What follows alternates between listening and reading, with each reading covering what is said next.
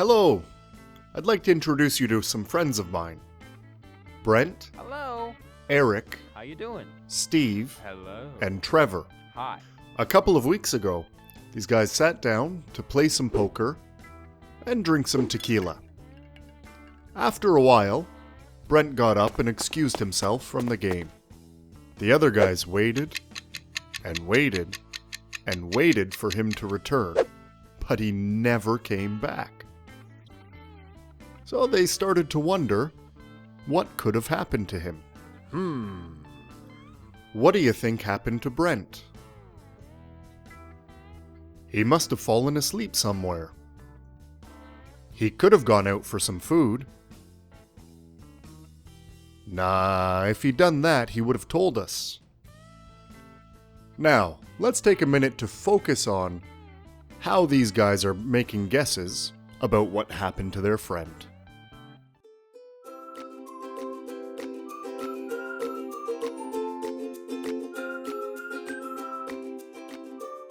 Welcome to the grammar presentation. In this video, we're looking at past modals of speculation. Speculation's a fancy word that simply means making guesses. Now, when Brent's friends were making guesses about him, one of them said, he must have fallen asleep somewhere. To make a guess about the past, you need to use a modal verb plus the perfect infinitive. This means that the auxiliary verb have is in the base form and the main verb is in the past participle. Let's look at a few examples. We said, he could have gone out for some food. I could have gone out for some food. You could have gone out for some food. She could have gone out for some food. She could has gone out for... Wait a minute. She could has? No. This is wrong. The verb have, because it's in the base form, never changes to agree with the subject. Moving on. When you're making guesses, you can either guess that something did happen or that it did not happen. Also, you can be very certain, kind of certain, or not very certain at all. If you're very certain that something did happen, say it must have happened. If you're kind of certain, you say it could have happened.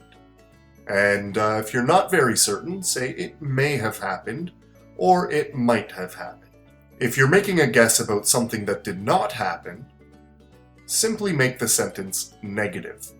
For example, if you're very certain, say it must not have happened. Here's the only surprising thing here, really. If you say could not have happened, you're actually saying that you're very certain it did not happen. Actually, you're saying it was impossible. So, since could not have happened means you're very certain, how do you say you're kind of certain that something didn't happen? It's very simple. Just say it may not have happened or it might not have happened. Actually, these two modals also mean you're not very certain at all. So, they now cover the entire range of meaning from kind of certain to not very certain. I'm sure you're all wondering what happened to Brent. Now, you may not know this, but if you drink too much tequila, you actually become invisible.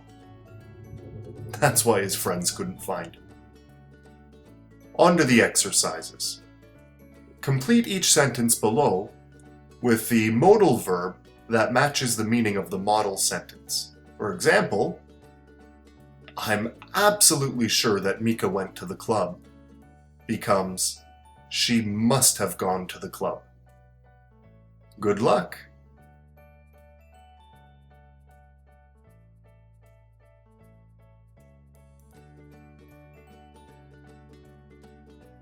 Here come the answers in 3, 2, 1.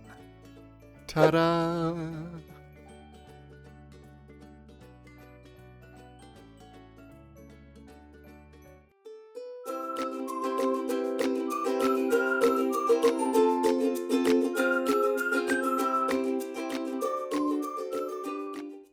Now, let's take a look at how this grammar can be used in real life.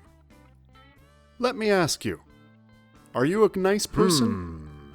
Well, then this grammar is for you.